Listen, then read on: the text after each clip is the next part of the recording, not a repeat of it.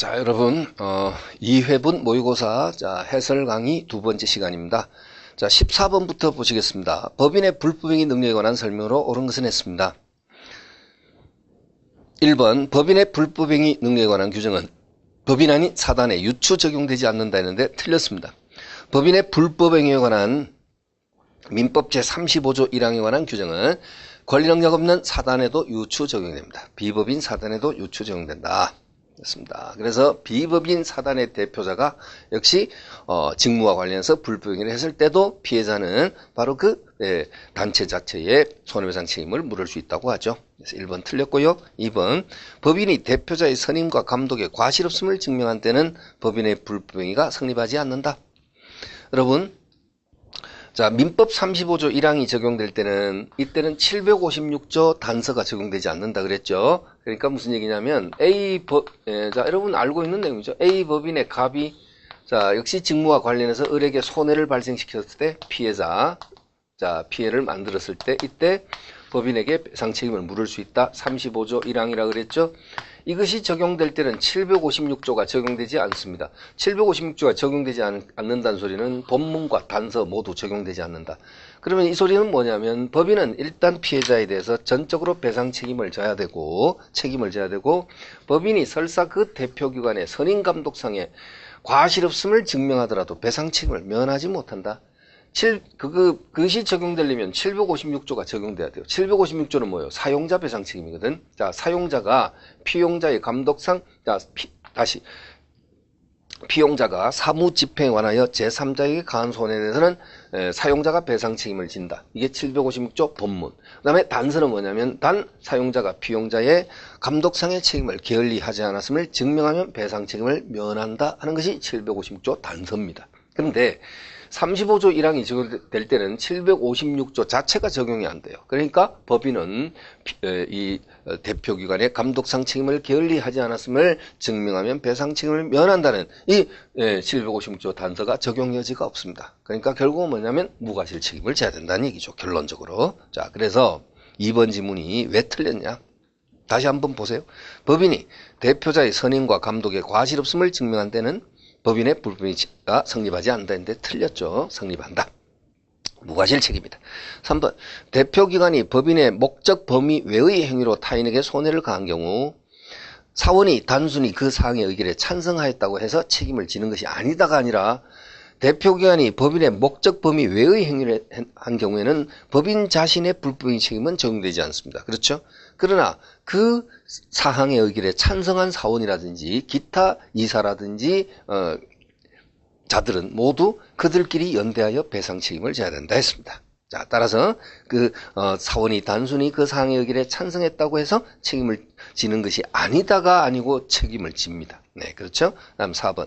법인 아닌 사단의 대표자의 행위가 직무에 해당하지 아니함을 피해자가 중대한 과실로 알지 못한 경우에는, 즉 악의 또는 중과실입니다. 악의 또는 중과실 경우에는 법인 아닌 사단에서 손해배상 책임을 물을 수 없다. 맞습니다. 악의 또는 중과실이에요. 그러니까 여기 지금 둘 중에 하나만 나오면 되니까 피해자가 지금 이 대표기관의 행위가 직무에 관련 없다는 사실을 피해자가 알았거나 악이거나 또는 중대한 과실로 알지 못한 경우에는 법인에 대해서 책임을 묻지 못하거든요. 이럴 때는 묻지 못해요. 근데 이 불법행위에 따른 이 손해배상 책임에 관한 이 규정이 권리 능력 없는 사단에도 그대로 유추 적용되니까 당연히 4번 지문은 옳은 지문이 되는 겁니다. 법인 아닌 사단의 대표자가 그 행위가 직무에 해당하지 아니함을 피해자가 알았거나 중과실로 몰랐을 때, 그렇죠? 이럴 때는 법인에 대해서 책임을 묻지 못한다 할 때 이 법인이 굳이 권리 능력 없는, 즉 비법인 사단의 경우에도 마찬가지다 하는 것이죠. 4번 정답입니다. 옳고. 5번 법인의 불법행위가 성립하는 경우 피해자는 법인에 대하여 불법행위 책임을 물을 수 있을 뿐 가해자인 이사에 대해서 그 책임을 물을 수 없다. 역시 틀렸죠. 법인의 불법행위가 성립되면 이때 피해자는 법인과 가해 이사에 대해서 선택적으로 또는 동시에 또는 선택적으로 배상 책임을 물을 수 있다. 그렇죠? 따라서 법인과 그 가해 이사는 부진정 연대 채무를 부담한다. 그랬죠? 그렇죠? 자, 연대하여 책임을 져야 됩니다. 자, 그래서 가해자인 이사에 대해서 그 책임을 물을 수 없다. 틀렸죠. 이사에 대해서도 물을 수 있고 법인에게 대해서도 물을 수 있고 부진적 연대 채무가 성립되고요. 피해자에 대해서. 그다음에 만약에 법인이 배상한 경우에는 가해 이사에 대해서 구상권을 행사할 수도 있다. 그랬죠. 네. 자, 그다음에 5번 틀렸고요. 자, 그다음에 4번 정답이었죠. 그다음 15번. 기간 계산에 관한 설명 중 잘못된 내용은 어느 것인가? 자, 1번 기간 계산에 관한 민법 규정은 사법관계뿐만 아니라 널리 공법관계도 적용된다. 예, 공사법 가리지 않고 적용됩니다. 그 다음에 2번 민법의 기간에 관한 규정은 강행규정으로 했는데 강행규정이 아니고 임의규정이죠. 따라서 당사 특약으로 달리 정할 수 있습니다. 2번 정답. 그 다음 3번 상행위에 의한 채무 이행과 관련해서는 기간 말일이 영업시간 종료로서 만료한다. 그렇죠, 여러분. 상행위에 의한 채무 이행과 관련해서는 이제 은행에 제가 여러 번 얘기했죠. 은행에 공과금 내야 될 때 이때는 근무시간, 은행 영업시간까지 가야 낼 수 있지 않습니까? 그렇죠? 그래서 그 얘기했습니다. 오늘까지 내면 연체료 붙지 않고 오늘 넘기면 내일부터는 가상금 내지 연체료가 붙을 때 이때는 오늘 24시간까지가 아니라 은행의 근무시간까지 이렇게 이제 돼야 되겠죠. 그래서 뭐 인터넷으로 이렇게 처리하는 것이 훨씬 지금은 또 수월하지 않습니까? 그죠? 네. 그야 뭐 당연한 것이고. 그렇지만 그렇습니다. 아직도 연세 드신 할아버지 할머니들은 은행을 직접 가서 그렇죠. 예금도 하고 또 뭐 인출도 하고 그다음에 공과금도 내시고 그러지 않습니까? 그러니까 아직도 이런 규정을 우리가 당연히 적용이 된다는 얘기죠. 상행위한 채무 이행과 관련해서는 기간 말일이 영업시간 종료로서 만료한다. 그 다음에 4번 기간 말일이 토요일 또는 공휴일에 해당한 때는 다음 날로 만료하고 이때 공휴일에는 당연히 임시공휴일도 포함된다 그랬습니다. 그 다음에 5번 그리고 이 말일이 토요일 또는 공휴일 때는 다음 날부로 만료한다는 규정은 기간의 초일이 토요일 또는 공휴일 때는 이때는 적용되지 않는다. 그렇죠? 네. 그다음 5번. 나왔죠. 기간 초일이 공휴일이더라도 기간의 기산쯤이 되는 데는 상관이 없다. 네. 그래서 2번 정답. 그다음에 16번. 착오로 인한 의사표시에 관한 설명으로 옳지 않은 것은 1번. 법률의 내용에 중요 부분에 착오했더라도 표의자의 중대한 과실이 있는 경우에는 취소할 수 없다. 맞죠? 그 다음에 2번 채권자와 제3자 물상보증인 간의 근저당 설정 계약에 있어서 채무자의 동일성에 관한 착오는 일반적으로 법률의 내용의 중요 부분에 관한 착오에 해당한다. 그렇죠? 네, 중요 부분에 관한 착오에 해당한다. 그 다음 3번 착오로 인한 취소는 표의자의 주관적 이익을 보호하는 제도이기 때문에 표의자의 경제적 불이익은 중요 부분의 판단에 고려되지 않는다. 틀렸습니다. 착오를 일으켜서나 표의자에게 경제적 불이익이 없다면 이것은 중요분의 착오에 해당되지 않는다는 판례가 있죠. 그렇죠. 착오를 일으켰으나 그것이 표의자에게 경제적 불이익을 초래한 것이 아니라고 한다면 중요분의 착오에 해당되지 않는다. 자, 모처럼 여러분 교재 한번 찾아볼까요? 자, 몇 페이지에 나오느냐. 네, 42페이지 하단에 보면 98번 판례입니다. 네, 98번 판례에 나와 있습니다. 자, 확인하시고요. 계속 문제 보겠습니다. 있다는 것만 확인시켜드리고 바로 문제 올게요. 자, 지금 6번이었습니다. 자, 3번 정답이고 4번 착오로 인한 의사표시 취소는 선의 3자에게 대항하지 못한다. 그렇죠. 비통착 사강. 그 다음 5번 착오가 상대방의 적극적 행위에 의해서 유발된 경우에는 설사 그 착오가 표시되지 아니한 동기의 착오라도 이를 이유로 취소할 수 있다. 동기의 착오는 동기가 표시됐거나 또는 상대방으로부터 유발된 경우에는 중요분의 착오로서 취소할 수 있다 그랬습니다. 기억하시죠? 네, 상대방으로부터 유발된 경우. 자, 그 다음에 17번. 16번에 3번 정답이었죠? 그 다음에 17번. 반사회적 법률행위에 관한 설명 중 옳은 것은 1번. 불륜관계를 단절하기로 하면서 그동안에 바친 노력과 비용 등의 희생을 배상 내지 위로하고 이 뜻이죠. 또 장래 생활대책을 마련해 준다는 뜻에서 금무원을 지급하기로 한 약정은 반사회적 법률행위로서 무효이다. 틀린 거 아시죠?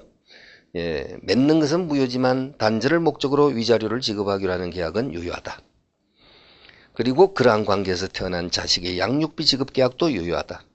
그 다음에 2번 회사의 비용으로 해외에 파견되어 연수를 받고 귀국한 근로자는 귀국일로부터 일정 기간 소속 회사에 근무하여야 하며 일정 기간 근무하지 않으면 해외 파견 소요 경비를 배상해야 한다는 사규나 약정은 반사회적 법률에서 무효라고 할 수 없다. 예, 옳고 정답이죠. 네, 옳고 정답이고요. 그 다음에 3번 소송에서 사실대로 증언하여 줄 것을 조건으로 어떠한 급부를 할 것을 약정한 경우에는 그러한 급부 내용이 통상적으로 용인될 수 있는 수준을 초과하는지 여부에 관계없이 반사회적 법률에서 무효이다. 틀렸죠. 관계없이 때문에 틀렸습니다. 그죠?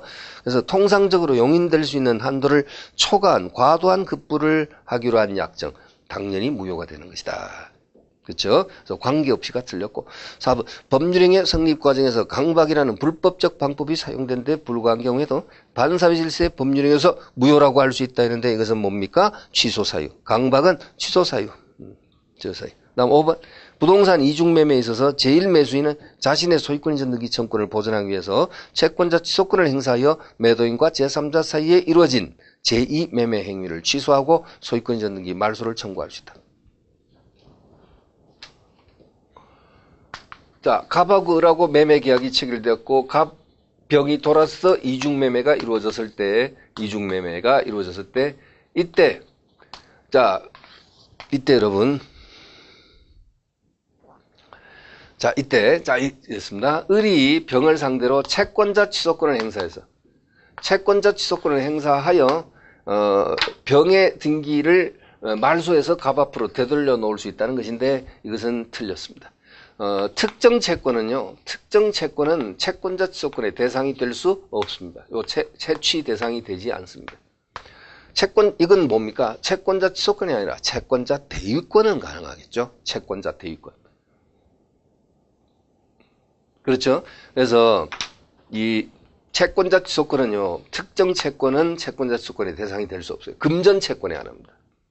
아니, 채권자 취소권은 여러분 기억나시죠? 이 CAB 이렇게 해서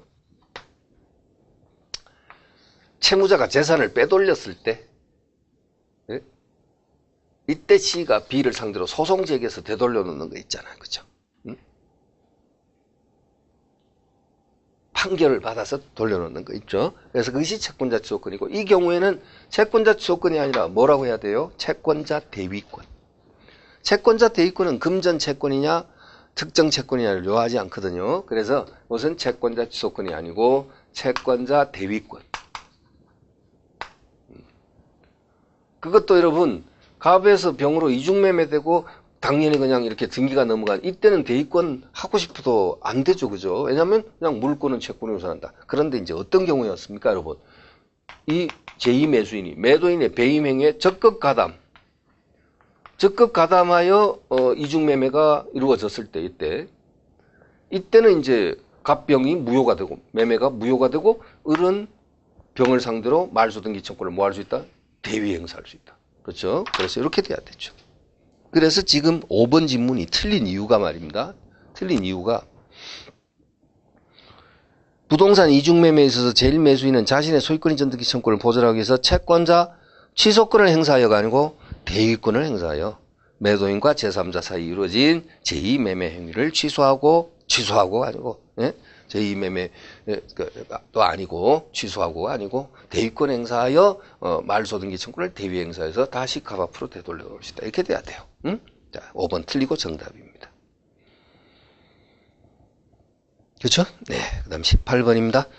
표현 데려가는 설명 중 판례의 입장과 다른 것을 고르면 자 1번 이미 대리권이 소멸한 대리인에 의해서 선임된 복대리인의 대행위. 자, 일단 대리권이 소멸한 대리인에 의해서 선임된 복대리인 하면 벌써 129조의 표현들이가 적용되죠. 129조의 표현들이 적용되죠. 예, 이러한 대리행위는 민법제 129조의 표현들이가 성립될 수 없다가 아니고 있다. 바로 정답입니다. 그 다음에 2번 갑은 을이 운영하는 호텔 시설을 이용할 회원을 모집한다는 계약을 체결하면서 을의 판매점 명칭을 사용했는데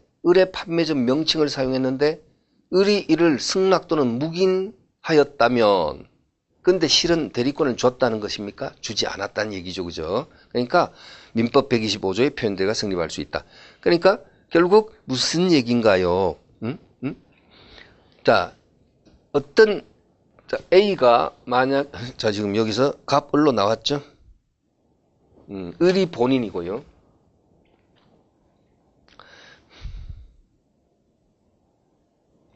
자, 을이 본인이고, 갑이 이제, 표현대리인입니다.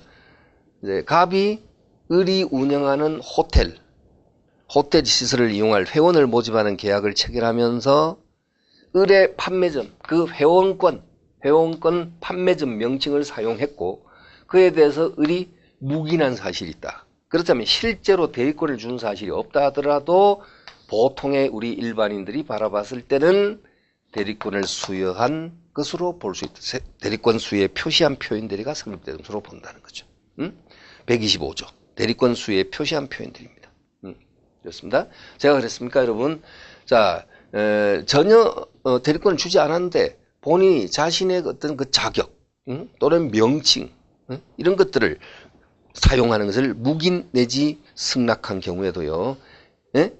실제로는 대리권을 준 사실이 없다 하더라도 보통의 일반인들의 입장에서는 대리권을 받았다고 믿었고 믿는데 과실 없었음이 추정된다고 했어요. 선의무과실이 추정되니까 125조의 표현대리가 성립될 수 있다는 겁니다. 됐죠? 자, 3번. 민법제 125조의 표현대리는 법정 대리는 적용 여지가 없다. 그렇죠. 125조. 대리권 수여의 표시한 표현대리니까 대리권 수여는 법정 대리에서는 있을 수 없는 얘기죠. 임의 대리에서만 있을 수 있는 표현이죠. 그래서 대리권 수여에 표시한 표현 대리는 임의 대리 125조에만 적용될 수 있다. 그 다음 4번. 권한을 넘은 표현 대리 성립에 있어서 자, 월권 대리죠. 상대방의 과실, 유무는 자, 믿음에 정당한 사유가 있다. 라는 것에 대한 유무는 계약 성립 당시 재반 사정을 객관적으로 판단하여 결정한다. 자, 주의하시죠. 옳습니다. 그 이후의 사정, 계약 당시의 사정만을 판단해서 믿음에 정당한 사유가 있었냐, 즉 선의무과실이냐는 것을 판단하기만 하면 되지 그 이후 사정은 고려할 것이 아니다. 조심하셔야 돼요. 자, 됐고. 그 다음에 5번. 대리권 소멸 후에 표현대리로 인정되는 경우에 그 표현대리의 권한을 넘은 대리행위가 있을 때는 이때는 129조에다가 126조의 표현대리까지 성립될 수 있다. 자, 됐습니까? 자, 옳습니다, 여러분. 자, 옳습니다.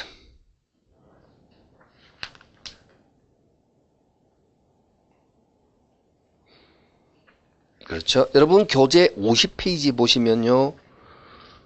50페이지 보면 밑에 판례에서 122번 판례가 뭡니까? 예?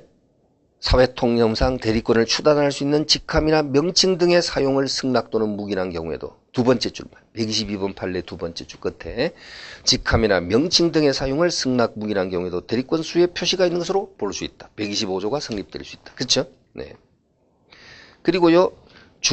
조심해야 되고 중요한 오른쪽 페이지 51페이지 제일 밑에 125번 판례에서 126조의 표현들이 즉 권한을 넘은 표현들이 있어서 대리인에게 그 권한이 있다고 믿을 만한 정당한 이유가 있는지 여부는 행위 당시 기준으로 판단해야 되고 그 이후의 사정은 고려할 것이 아니다. 나와 있죠. 조심하십시오. 특히 조심하시고. 자, 그다음 문제 다시 돌아옵니다. 문제 돌아옵니다. 그래서 정답은 네, 1번이었습니다. 자, 19번. 자, 다음 중 시효 중단의 효력이 인정되는 것은 모두 몇 개인가 그랬는데 시효 중단의 효력이 인정되는 거요? 여러분? 최고 당연히 포함되죠? 가처분 이렇게 한번 해볼까요? 자, 여기 소멸시 아니 여러분 그냥 여러분 교재에 나와 있는 교재 그러니까 칠판에 그냥 써버리면 여러분 따라서 또 필기부다 써야 되니까 63페이지 넘겨보시면 63페이지 소멸시 중단 사유가 거기 나와 있습니다. 자, 일단 제일 큰 묶음으로 청구 나왔고요. 응? 그 다음에 압류, 가압류, 가처분 제일 밑에 나오죠? 그럼 다음 페이지 또 넘겨보면 승인 나오겠죠? 그래서 청구, 압류, 가압류, 가처분, 승인. 일단 요거 됐고 청구에는 재판상 청구, 파산 절차 참가, 화해를 위한 소환, 임의 출석, 지급명령 신청, 최고. 자, 됐죠? 자, 그러면 이제 확인돼서는 바로 문제 돌아와서 소멸시효 중단 사유 아닌가 한번 골라볼까요? 기억에 최고 맞고, 가처분 맞고, 임의출석 맞고, 가압류, 압류 모두 맞고요. 비협의 대여금 반환 청구의 소, 이거 뭡니까? 재판상 청구죠? 소송 제기했죠, 그죠? 재판상 청구. 민사재판이죠? 예? 행정소송 아니죠? 형사재판 아니죠? 그러니까 당연히 해당되죠. 자, 해당되고요. 중단 사유 해당되고, 민사재판, 민사소송으로서. 자, 그 다음에 시옷. 자, 응소. 자, 채무자의 채무부존재 확인 소송에서 채권자가 응소를 한 것도, 그죠? 물론 판례에서는 좀 더 구체적으로 제시를 요구합니다. 그죠? 응소한 것, 응소해서 그것이 적극적으로 그 채권자의 주장이 받아들여진 경우 이렇게 나오지만, 이런 식으로 물을 때는 그냥 응소만 나와도 중단 사유로 봐야 돼요. 이때는. 네, 그 다음에 제 방금 그 말이 무슨 말인지 여러분 들었습니까? 네? 판례는 어떻게 표현합니까? 채무자의 채무부존재 확인 소송에서 채권자가 응소를 해서 그것이 그 채권자 주장이 법원에서 적극적으로 받아들여진 경우, 이때도 소멸시효 중단 사유의 재판상 청구에 해당한다 라고 했지 않습니까? 응소가. 근데 중단 사유, 이렇게 단순히 간단하게 중단 사유이냐 아니냐 이렇게 물을 때는 말입니다, 이렇게 응소 이렇게 간단히 들어가도 중단 사유로 봐야 된다는 얘기예요. 그죠? 네, 그렇습니다. 그 다음에 지급명령 신청, 그 다음에 지옷에 보면 과온합한 세금의 환급을 구하는 행정소송했는데 함정에 빠지면 안 되고요. 그렇죠? 행정소송은 원래 소멸시효 중단 사유인 재판상 청구에 해당되지 않는다. 그러나 예외가 있다. 판례에 의하면 국가에 대해서 과온합한 세금의 환급을 구하는 국가 상대의 행정소송은 국세청장을 상대로 행정소송을 제기했다라고 한다면 그것은 부당이득, 민사상 부당이득 반환 청구의 성격을 가진 것으로서 이것도 중단 사유인 재판상 청구에 해당된다라고 했죠. 여러분, 예, 기억하시죠? 그 다음에 치옷의 화해를 위한 소환, 그 다음에 기억의 시효 개시 후 완성 전의 승인. 원래 중단 사유로서의 승인은 소멸시효가 개시된 후 완성되기 전 그 사이의 승인이 중단 사유입니다. 시효 완성 후 승인은 그건 중단 사유가 아니고 소멸시효 완성 이익의 포기라 그랬어요. 여러분 기억하시죠? 자, 여러분, 시효 개시 후 완성 전 그 사이의 승인. 시효 개시 후 완성 전 승인. 이 사이의 승인이 중단 사유.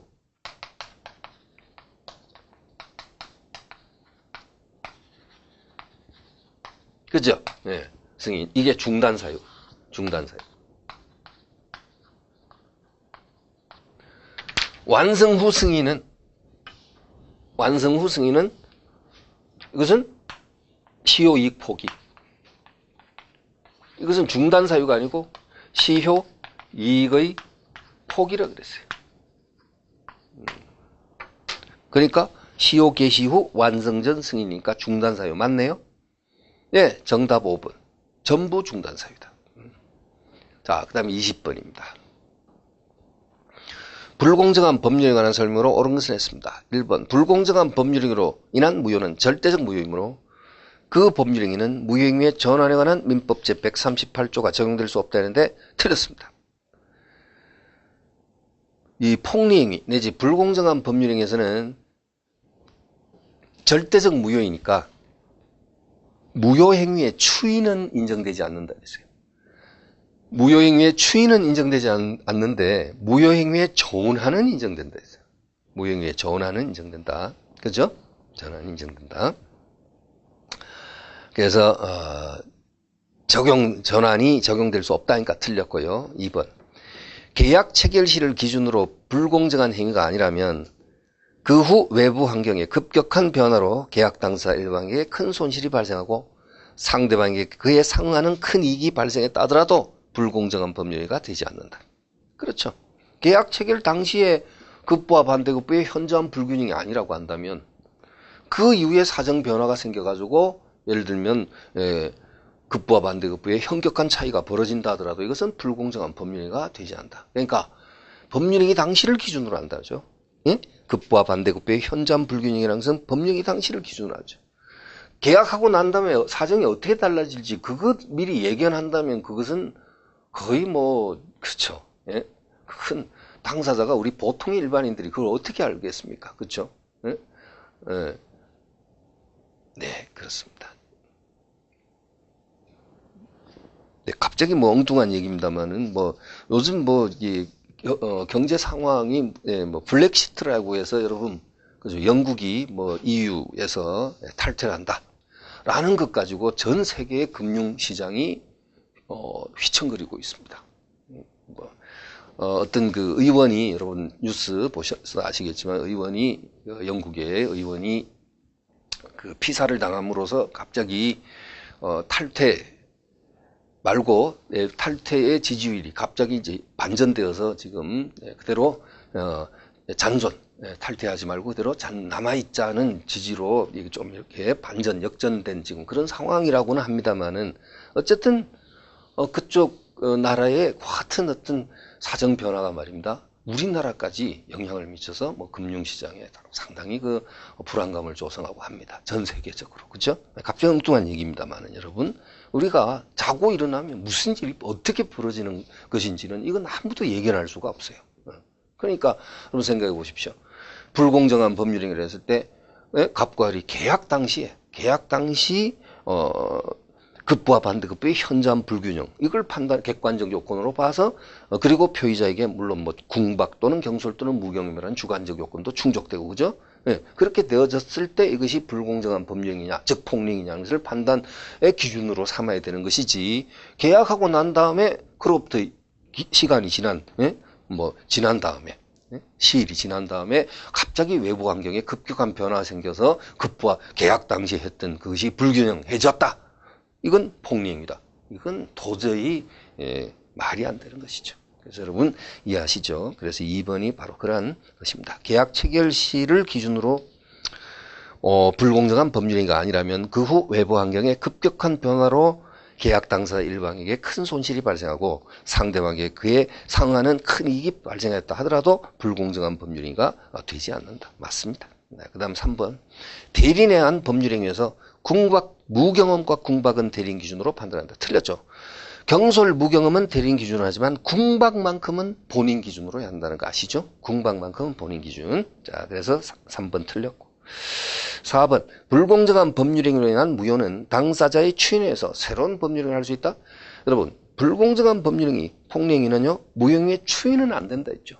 뭐가 된다? 전환이 된다 그랬죠. 무효행위의 전환. 그것 항상 제가 조심하셔야 됩니다, 여러분. 거기서 함정 빠지시면 안 돼요. 자, 그다음에 5번 급부와 반대급부 사이에 현저한 불균형이 있게 되면 당사자의 궁박, 경솔 또는 무경험으로 인한 법률행위가 추정된다. 아닙니다. 급부와 반대급부의 현저한 불균형, 즉 객관적 요건이 있다 해서 주관적 요건을 내포하고 있는 건 아닙니다. 객관적 요건과 주관적 요건은 별개로 논의돼야 된다. 별개로 성립돼야 된다. 예? 그러니까 논의돼야 된다는 표현보다 별개로 충족돼야 된다. 그렇죠? 그러니까 객관적 요건이 있다 해서 주관적 요건이 당연히 추정되는 것은 아니라는 것이 판례이태도입니다. 그래서 옳은 것은 방금 2번 그죠? 2번 지문이 길었던 2번이 정답입니다.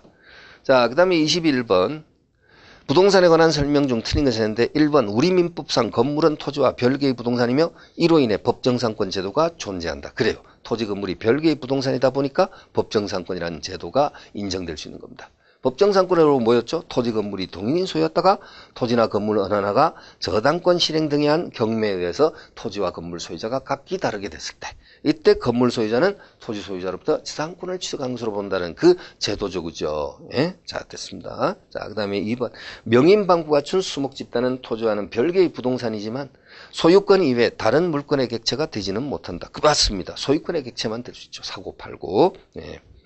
자, 3번 1년생 물론 이제 양도담보의 객체도 소유권 이전의 형식을 빌린 담보제도니까 양도담보의 객체도 될 수 있다. 이렇게 봐야 되겠죠. 자, 그렇지만 주로 시험에서는 소유권만 거론을 잘 합니다. 자, 소유권 이전에 양도담보도 당연히 포함될 수 있단 말이에요. 응? 자, 그다음 3번 1년생 농작물은 비록 그리고 자꾸 못 넘어가는데 명인방법 내면서 결정적으로 틀리게 내리면 소유권과 저당권의 객체까지 되는 것처럼 표현한다.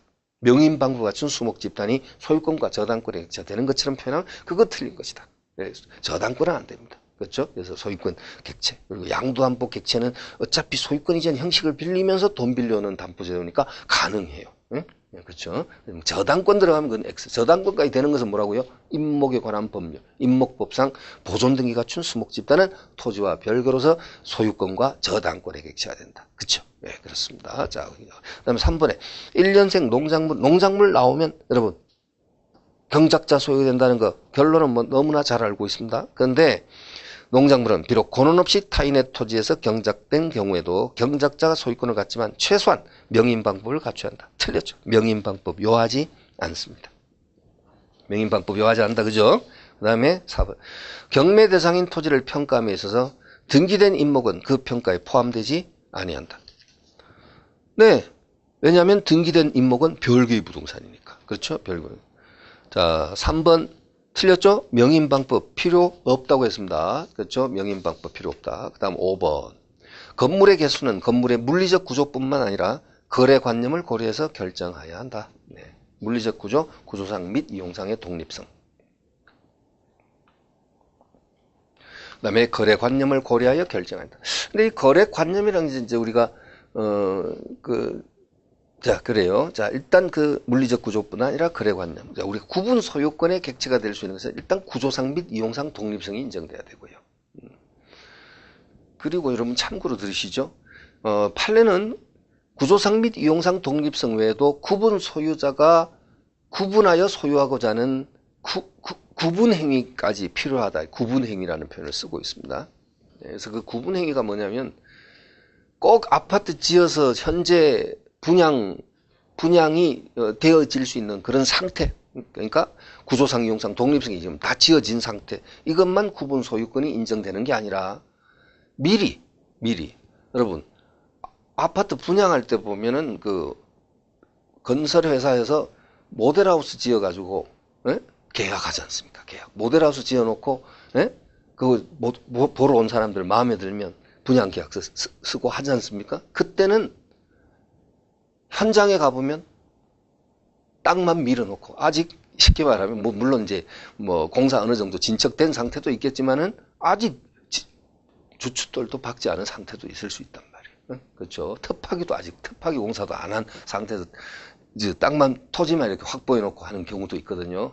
그래도 일단 구분 소유권이 인정될 수 있는 구분 소유권의 객체가 될 수 있는 그러한 것이 될 수 있다고 합니다. 그러니까 제 얘기는 뭐냐면 구분행위라는 개념이 꼭 다 지어놓고 난 다음에 이게 구분 소유권의 객체가 되는 그 거래 대상, 그러니까 법률행위의 어떤 그 대상인 객체다. 이렇게만 할 수 있는 게 아니라 아직 지어지지 않은 상태에서 구조상, 이용상, 독립성이 아직 되어 있지 않은 상태에서도 미리 구분 소유권의 객체로 보아서 법률행위를 할 수 있다. 계약, 사고 팔고 매매 계약을 할 수 있다는 겁니다. 그걸 판례가 뭐라 하냐면 구분행위라는 표현을 썼어요. 함축적으로 구분행위. 그렇죠? 예. 여러분 납득은 잘 안 되시죠. 그죠? 그래서 일단 구분 소유권이라는 것은 구조상 및 이용상의 독립성이 인정되면서 그것을 구분하여 소유하고자 하는 그 구분 소유자의 구분행위, 즉 의사, 이것이 있으면 된다. 이렇게 표현하고 있습니다. 자, 됐고요. 자, 22번. 조건부 법률에 관한 설명으로 틀린 것을 했는데 판례에 의하면 어음보증의 조건을 붙이는 것은 어음거래 안정성을 해침으로 허용되지 않는다 했는데 여러분 조건과 친하지 않은 행위에 어음행위 수평행위는 조건과 친하지 않습니다. 기한과는 친하지만 조건과는 친하지 않다. 붙일 수 없다는 뜻이었죠. 그죠? 그런데 예외적으로 어음보증은 조건을 붙일 수 있다. 여러분 핵심 교재 56페이지 제일 밑에 보세요. 56페이지 제일 밑에 보면 가로 2번에 조건을 붙일 수 없는 법률에 보면 가족법상 신분행위, 어음수표행위 뭐 나오죠. 쭉 나오는데 그다음 3번이 이제 불법행위, 그다음 4번은 이제 단독행위 이렇게 돼 있는데 거기 어음수표행위는 조건과는 친하지 않고 기한과는 친하다 그랬죠. 근데 끝에 보면 어음보증에는 조건을 허용한다 이렇게 돼 있습니다. 근데 어음보증이라는 것은 이건 뭡니까? 예를 들면 갑이 을한테 어음을 발행했다면 채무자 아닙니까? 갑이 어음 발행해서 1,000만 원짜리 어음 끊어가지고 상대방한테 줬다는 소리는 물품 공급받고 1,000만 원짜리 어음 끊어줬다면 을이 채권자고 갑이 이제 채무자 아닙니까? 물론 이 을은 받은 어음을 다른 데로 양도를 할 수 있겠죠. 그럼 최종 소진이 나타나면 갑은 그 음상의 채무를 변제해야 됩니다. 그죠? 그런데 이 채무자의 음 발행 행위에 대해서 만약에 A란 자가 보증을 쓰는 거예요. 보증. 그러니까 음상에다가 같이 서명을 하는 거죠. 예를 들면. 그러니까 이것이 바로 우리는 뭐라 하냐면 보증이다. 음상에 보증을 쓴다는 거죠. 근데 음을 받게 되는 채권자 입장에서는 갑의 경제적 능력 이런 부분에 대해서 상당히 좀 걱정하지 않습니까? 우려하는 경우가 있죠. 부도나는 경우가 뭐 흔히 발생되니까 그죠? 그러니까 이 채무자가 발행하는 음에 대해서 A가 보증을 씀으로써 채권자가 다소 뭡니까? 좀 담보력을 좀 강화시킨다는 그런 측면이 있어요. 그죠? 그래서 이것을 우리가 보증이라는데 여기에는 조건을 붙일 수 있다라고 합니다. 네, 조건을 붙일 수 있다라고 합니다. 네, 그래서 한번 확인해 주시고요. 그래서 22번은 1번이 틀렸습니다. 판례에 의하면 보증에 조건을 붙이는 것은 거래의 안정성을 해침으로 허용되지 않는다. 틀렸습니다. 어쨌든 이 과 관련해서는 뭐 부도도 많이 나오고 뭐 아주 그죠? 예, 이제 뭐 순기능보다 역기능이 더 크다 해서 제도는 폐지시켜야 한다는 그런 견해가 지배적으로 나타나고 있죠. 예, 그렇습니다. 자, 그 다음에 됐고요. 2번입니다. 상계, 취소, 철회, 선택 채권의 선택, 환매, 주식 청약 등에 대해서는 조건을 붙일 수 없다.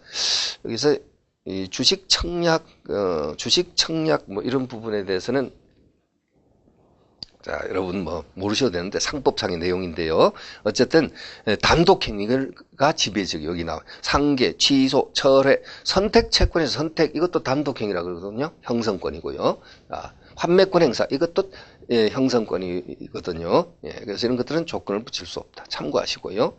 3번 채무 면제, 유증, 상대방만을 유리하게 하는 단독행위는 조건을 붙일 수 있다. 채무 면제나 유증. 여기서 여러분 지금 펴져 있는 교재 제일 밑에 56페이지 제일 밑에 보면 그 사항에 자 단독행위, 해제, 해지, 취소, 상계 등의 조건 붙일 수 없으나 채무 면제나 유증은 상대방만을 유리하게 하기 때문에 조건을 붙일 수 있다 그랬습니다.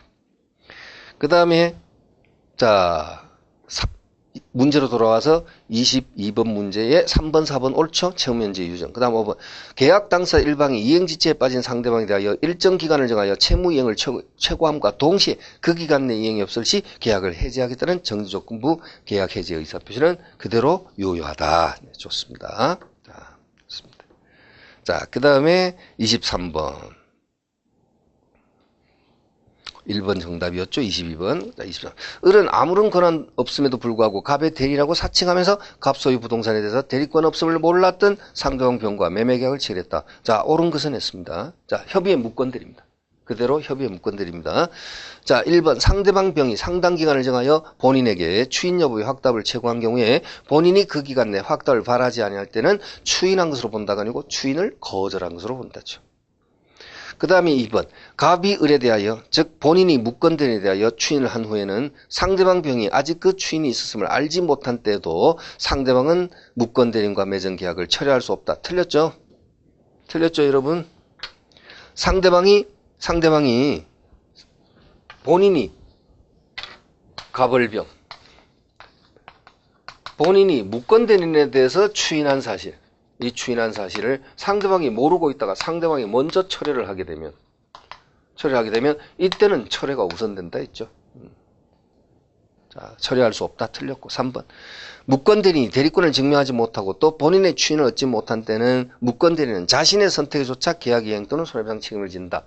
자신의 선택이 아니라 상대방이 선택한다. 이행청권 또는 손해배상 청권은 선택권자는 상대방이다.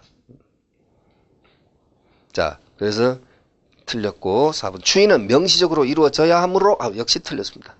명시적 불문한다. 본인이 상대방이 제공한 중도금이나 잔금을 수령하는 것도 묵시적 추인이다. 자, 4번 틀렸고 5번 본인의 상대방 병에 대한 추인 거절권 행사가 있으면 본인은 다시 추인할 수 없으며 상대방 병도 채권이나 철회권 행사하지 못한다. 옳고 정답입니다. 옳고 정답입니다. 자, 24번. 소멸시와 관련된 판례의 내용 중 옳지 않은 것은 1번 부동산 매수인이 목적물을 인도받고 있으면 그 매수인의 매도에 대한 등기 청구는 소멸시효에 걸리지 않는다. 맞죠 여러분? 네. 2번 과세 처분의 취소 또는 무효 확인을 구하는 소송은 비록 행정소송일지라도 그것은 부당이득 반환 청구에 관한 재판상 청구에 해당한다. 앞에서 봤습니다. 방금. 자, 부당이득 반환 청구의 성격을 가지므로 비록 행정소송이라더라도 재판상 청구에 해당된다. 그 다음에 3번 채권의 소멸시효가 완성된 후에 채무자가 변제기한의 유예를 요청하였다. 완성된 후에 완성 후에 네? 유예를 요청한 것은 소멸시효 이익을 포기한 것으로 볼 수 없다가 아니고 있다. 네, 볼 수 있다. 정답. 그 다음 4번 소멸시효 완성 이후에 과세 처분에 기하여 세액을 납부한 경우 바로 소멸시효 이익을 포기한 것이라고는 할 수 없다. 이건 여러분 시효가 완성됐는데 그래도 예? 세금 통지서 날아오는 경우 있죠. 그래서 사실은 이 채무자가 낼 필요가 없는 소멸시효 완성됐는데도 불구하고 처분이 오니까 고지서 날아오니까 세액을 납부했단 말이에요. 이것은 소멸시효 완성 이익을 포기한 것으로 볼 수 있느냐? 그렇지 않답니다. 포기한 것으로 볼 수 없다고 합니다. 그 다음에 5번 소멸시효로 채무를 면한 자는 시효기간 중 이자, 지연손해금 등을 지급할 필요가 없다. 왜냐하면 시효의 완성은 소급표가 있습니다. 소급표가 있습니다. 자, 그 다음에 25번 물권의 소멸에 관한 설명으로 틀린 것이 있는데 자, 1번 소유권은 소멸시효에 걸리지 않는다. 그렇죠? 소유권은 소멸시효에 걸리지 않는다. 소유권은 항구성, 소멸시효에 걸린다. 2번 지역권은 20년간 행사하지 않으면 소멸시효가 완성한다. 용익물권은 소멸시효에 걸린다. 지상권, 지역권, 전세권 기간은 20년이다. 그 다음 3번 피담보 채권이 존속하는 한 저당권은 단독으로 소멸시효에 걸리지 않는다. 그렇죠.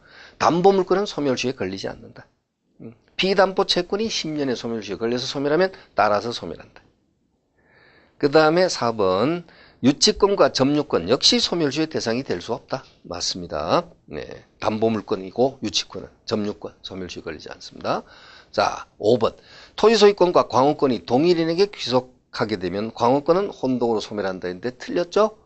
광호권은 혼동에 걸리지 않는다. 네? 광호권 그렇죠? 토지소유권은 정당한 이익이 있는 범위에서 토지의 상하에 미친다. 단 광호권에 객체한 광물에 대해서는 그러하지 아니하다 하니까 원래 토지소유권이라는 것이 광호권을 뺀 나머지 부분이라 그랬죠. 그러니까 겹치는 부분이 없으니까 소유자가 광호권을 취득하더라도 혼동에 걸리지 않는다 했습니다. 혼동으로 소멸한다니까 틀리고 정답입니다. 자, 이번 시간은 여러분 여기까지 보시고요. 다음 시간에 또 이어서 나머지 문제도 분석해 보도록 하겠습니다. 자, 여러분 수고하셨습니다.